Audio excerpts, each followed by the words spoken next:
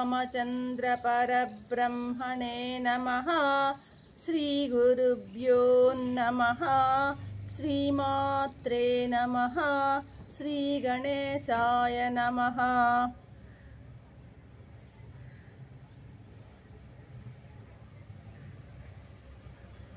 ప్రియ ఆత్మబంధువులారా, యోగ వాసిష్టం ఉత్పత్తి ప్రకరణము 199వ భాగం. నిన్న వశిష్ఠ మహర్షి జ్ఞాన భూమికల్లో 6 గురించి మనకి వివరంగా చెప్పారు. ఏంటవి? శుభేచ్ఛ, విచారణ, తనుమానస, సత్వాపత్తి, అసంశక్తి, పదార్థాభావని. ఇక్కడ వరకు మనం తెలుసుకున్నాం. ఇక ఒక్కటి ఆ జ్ఞాన భూమికల్లో చివరిదైనటువంటి తుర్యగ్ అనేటువంటి ఆ యొక్క జ్ఞాన భూమిక మిగిలిపోయిందన్నమాట.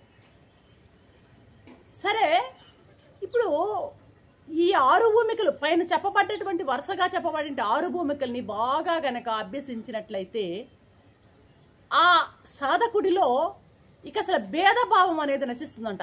భేద వాసనలు ఉండవు, భేద భావనే ఉండవు. ఇది వేరు, అది వేరు, అది వేరు, ఇది వేరు అనేటువంటి నేను వేరు, ప్రపంచం వేరు, ప్రపంచంలో ఈ వస్తువు ఆ వస్తువుకి భేదాలు ఏవి ఉండవు అనమాట. అభేదం పూర్తిగా ద్వైత భావన పూర్తిగా నశించిపోతుందట. రెండు అనేది లేదు, ఉన్నదొకటే అనేటువంటి భావన బాగా స్థిరపడుతుంది అనమాట. ద్వైత భావం పోతే ఏముంది? ఇక్కడ అద్వైత స్థితి అంతే కదా. రెండు లేవు అన్నది ఇంకా ఒకటే, ఉన్నది ఒకటే. ఆ అద్వైత భావన ఉన్నది ఒకటే, ఆ ఒకటి నేనే అయి ఉన్నాను అనేటువంటి ఆ భావన స్థిరపడిపోతూ ఉంటుంది అన్నమాట. అర్థమైందా? కాబట్టి ఈ అద్వైతమే మామూలుగా నీ స్వభావం అంటున్నాడు ఇక్కడ వశిష్ఠ మహర్షి. అద్వైతమే రెండు రెండు లేవు అన్నటువంటి ఉన్నది ఒకటే అన్నటువంటి అద్వైత భావమే నీ స్వభావం అని ఇక్కడ వశిష్ఠ మహర్షి మనకు కూడా చెప్తున్నాడు. ఇక్కడ ఈ స్థితిలో ఉన్నటువంటి వ్యక్తి ఏంటంటే ఎలా ఉంటాడు అనుకున్నామో ఆ అద్వైత భావంలోనే ఉంటాడు. అతడు కేవలం తన స్వస్వరూపానుభవాన్ని మాత్రమే పొందుతూ ఉంటాడు. ఆ స్వస్వరూపానుభూతిలోనే స్థితుడై ఉంటాడనమాట. స్వస్వరూపంలోనే ఉంటాడు. అలాగా స్వస్వరూపంలో ఉండడం ఏంటండి? ఆ రెండు ఆలోచనల మధ్య ఉన్నటువంటి ఆ శూన్యం ఉంది. శూన్యంలో అలాగే నేను అనేటువంటి కేవలం ఆ స్ఫురణే కలిగి అలాగే కదలకు మెదలకు ఉండడమే స్వస్వరూపంలో ఉండడం అనమాట. స్వస్వరూపానుభవాన్ని పొందుతూ స్థిరంగా నిల్చుంటాడనమాట. ఇతను 3 అవస్థలు ఉన్నాయి: జాగ్రత్త, స్వప్నము, సుషుప్తి. ఈ అవస్థలన్నిటి నుండి విడివడిపోతాడు. కేవలం శివము అద్వైతమైనటువంటి తురియ స్థితి ఉంది. జాగ్రత్త, స్వప్నము, సుషుప్తి తర్వాత 4వ స్థితి తురియంలో. ఆ తురియ స్థితిలో అలాగే నిలకడబడి ఉంటాడు, నిలకడ చెంది ఉంటాడు అనమాట. అంతటా తానేగా ఉంటాడు. సర్వము వ్యాపించి ఉన్నది తానేగా ఉంటాడు. అంతటిని తానే ఆస్వాదిస్తూ ఉంటాడనమాట. ఇతనికి కూడా ఒక పేరుంది, బ్రహ్మ విద్వరిష్ఠుడు అనేటువంటి పేరు. బ్రహ్మ విద్వరిష్ఠుడు. ఈ తురియ స్థితి ఎవరికి లభిస్తుందయ్యా అంటే కేవలం జీవన్ముక్తులకు మాత్రమే లభిస్తుంది అంటున్నారు మహర్షి. ఈ 7వ భూమికను పొందిన మహనీయుడు ఎవరైతే ఉంటాడో, ఇంతకుముందు మనం ఒక వాడాము, ఆత్మారాముడు. ఆయనే ఆ మహనీయుడిని ఆత్మారాముడు అనేటువంటి ఆ వర్డ్ మనకి ఇక్కడ కాయినేజ్ జరుగుతుంది అన్నమాట. ఆత్మారాముడు అని చెప్తున్నారు ఇక్కడ వశిష్ఠ మహర్షి. ఎట్టా ఉంటారు ఈ ఆత్మారాముడు అంటే నిరంతరం బ్రహ్మనిష్టలోనే ఉంటాడంట. ఈ భూమికనే తురియ భూమిక. 7వ సప్త జ్ఞాన భూమికల్లో 7వ భూమిక అంటే తురియ భూమిక అంటున్నారు.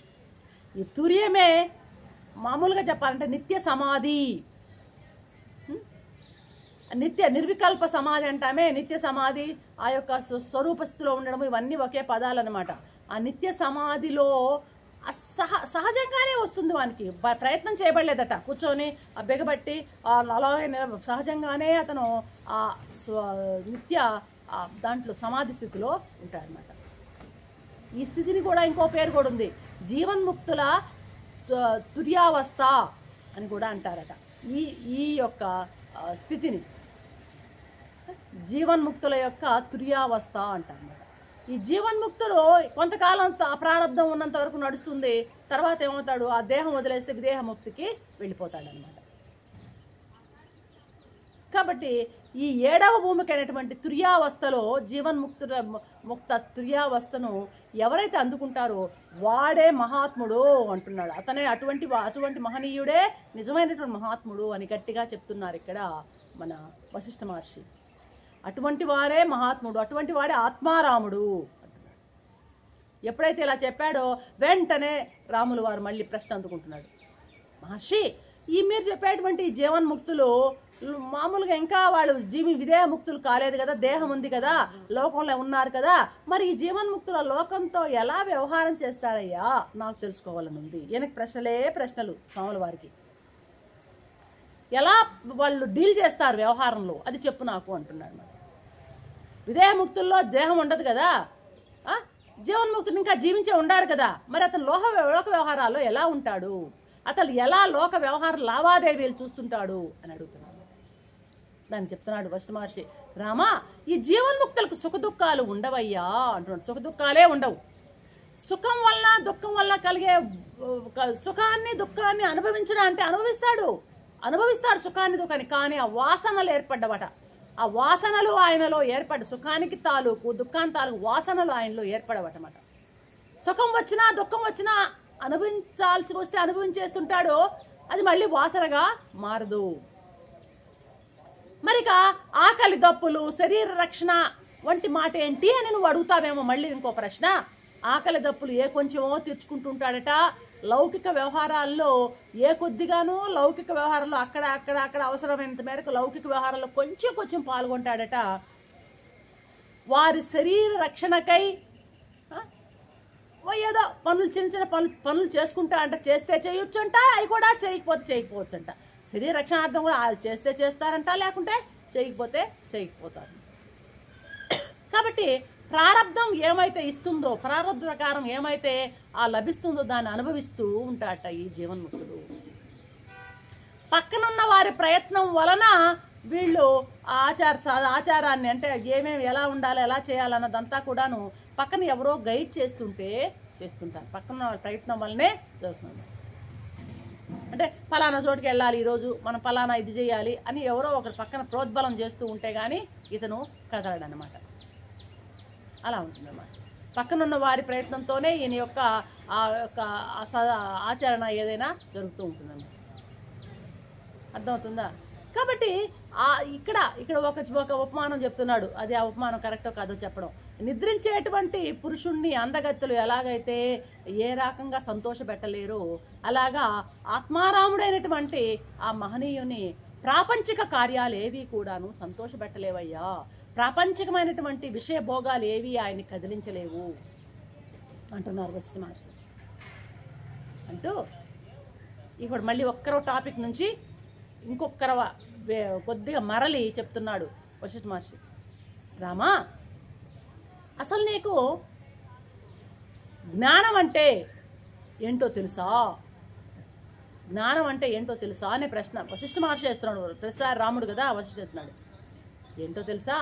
గ్రంథి విచ్ఛేదనమే జ్ఞానము. గ్రంథి అంటే ఏంటంటే ముడి అని అర్థం. ముడి అంటే సంశయము అని అర్థం. నీ హృదయంలో సంశయాలు దుఃఖాలు అనేటువంటి గ్రంథులు ముడులు ఉంటాయా?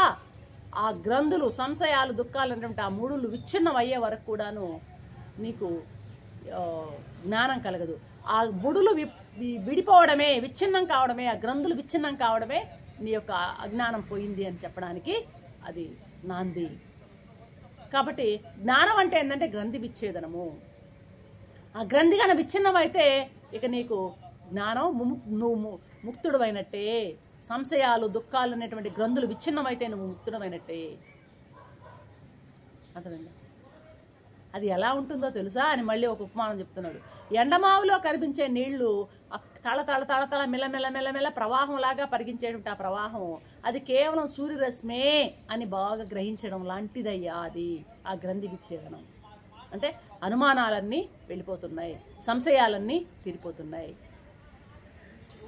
అంటూ రామా వినవయ్యా, మనస్సును ఉపశమించి చేసుకునేటువంటి మార్గాన్నే యోగము అంటారు. నీకు ఇంతకుముందు కూడా చెప్పున్నాను. మనసుని ఉపశమించడం, నిష్క్రియం చేయడం ఏ పద్ధతి ఉంటుందో ఆ పద్ధతిని యోగము అంటారు.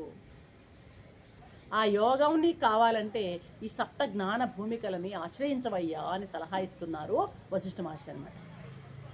నీవు అటు జ్ఞానాన్ని పొందాలన్నా ఇటు యోగాన్ని పొందాలన్నా రెండిటికి ఆశ్రయం ఏదంటే సప్త జ్ఞాన భూమికలు. కాబట్టి ఈ జ్ఞాన భూమికల్ని బాగా అభ్యసించినట్లయితే నీ యొక్క బ్రహ్మానుభవాన్ని నీవు పొందగలవు. ఏది నీ జీవిత లక్ష్యము? బ్రహ్మానుభవాన్ని పొందడమే నీ జీవిత లక్ష్యం. అందుకే నువ్వు ఇంత తపన పడుతున్నావు. కాబట్టి నీ బ్రహ్మానుభవాన్ని నువ్వు పొందాలంటే నువ్వు అటు యోగం ద్వారా పొందాలన్నా ఇటు జ్ఞానం ద్వారా పొందాలన్నా నీకు ఆలంబన ఏది అంటే సప్త జ్ఞాన భూమికలే. ఈ జ్ఞాన భూమికల్ని పట్టుకుని నువ్వు బాగా అభ్యసిస్తే నువ్వు ఖచ్చితంగా ఈ యొక్క నీ లక్ష్యమైనటువంటి ఆ బ్రహ్మానుభవాన్ని పొందుతావు రామా అని ముగిస్తున్నారు వశిష్ఠ మహర్షి. రేపటి ఎపిసోడ్లో ఏం చెప్తారో చూద్దాం. అంతవరకు సెలవు. సర్వం శ్రీరామచంద్ర చరణ అరవింద అర్పణం. ఓం శాంతి.